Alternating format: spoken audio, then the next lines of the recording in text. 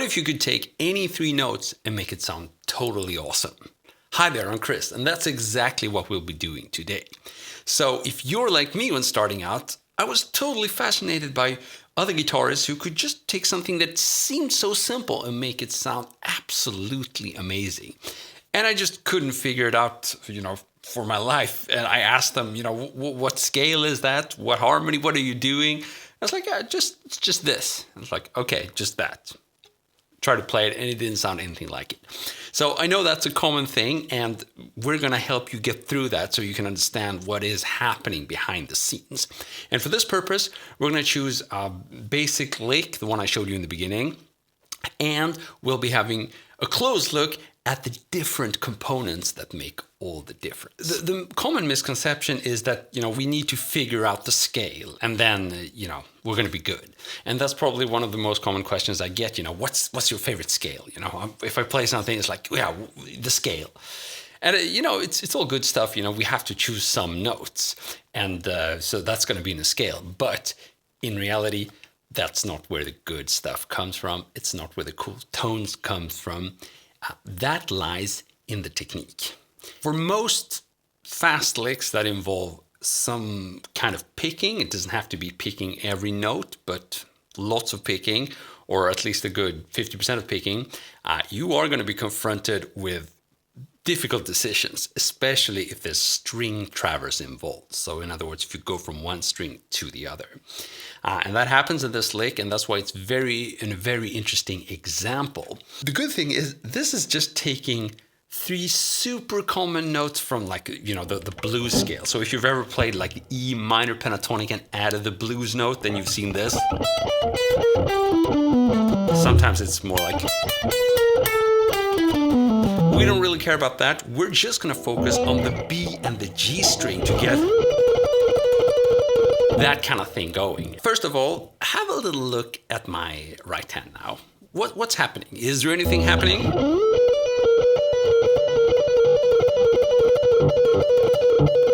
I'm going to give you a hint. I'm actually picking 3 out of 4 notes. But as you can tell, the right hand isn't moving a whole lot. This already tells you a lot. There's something going on in there. There's something that's economizing what's happening. Because you're not seeing this, right? You're not seeing any big...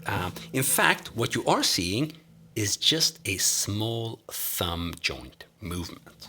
So this is the number one thing I'd like to convey to you, and it's not specific to this lick. It's a super useful thing. In fact, I'd use the exact same movement even if I were doing like a hybrid picking or hybrid legato thing.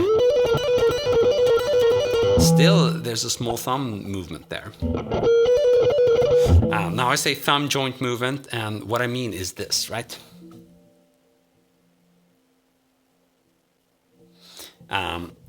I'm not using the wrist, I'm not using the arm or the forearm, and I'm not, using the whole upper body. It's just this, okay?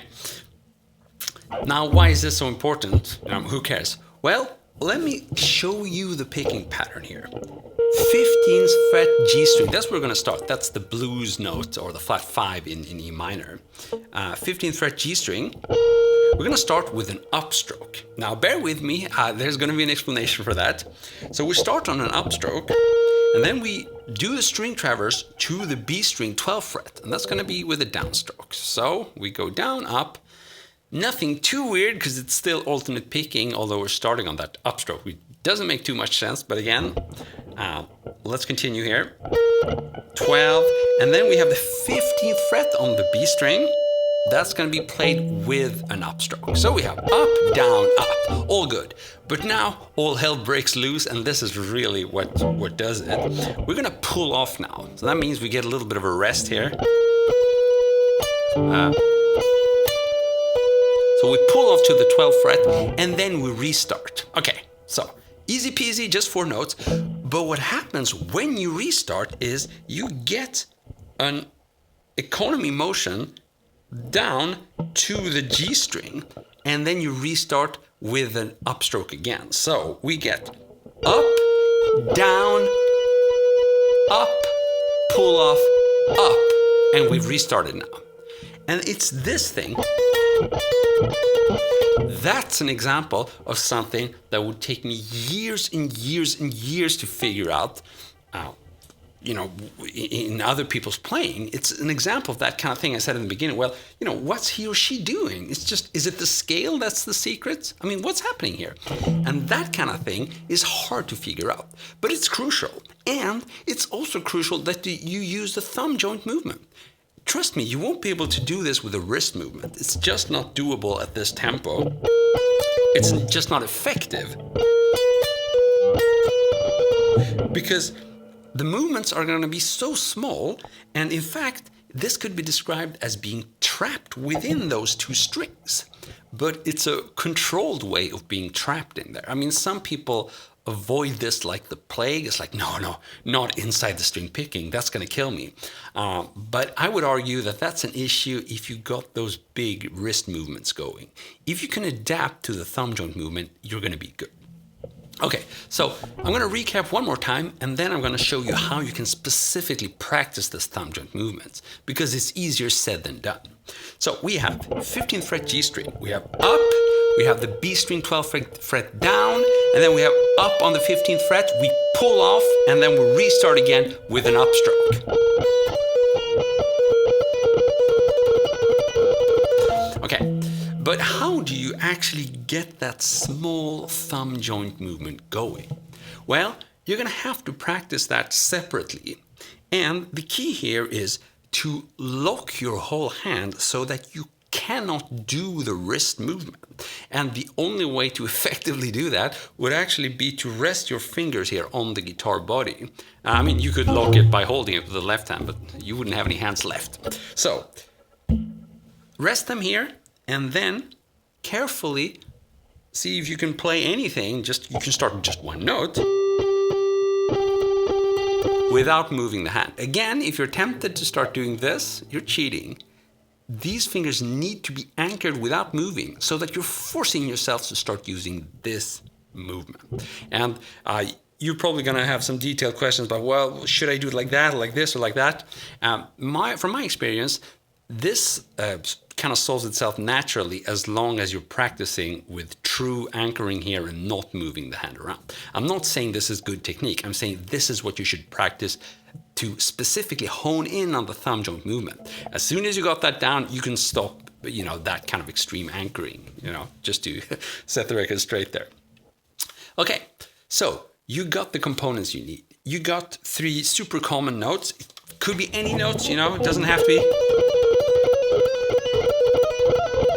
You can move it around.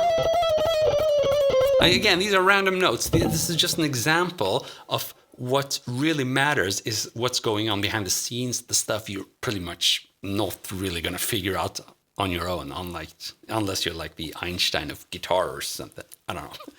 So we have those random notes taken from like a blues scale, and then we are doing something special with the right hand, which involves a very specific kind of economized pattern involving one pull-off, and which involves a very specific kind of thumb joint movement. And that is how we can make those 3 notes sound totally awesome. So I hope they're going to sound just as awesome as you've been awesome, because you have been, and I've been Christopher Dahl. Thank you so much for watching.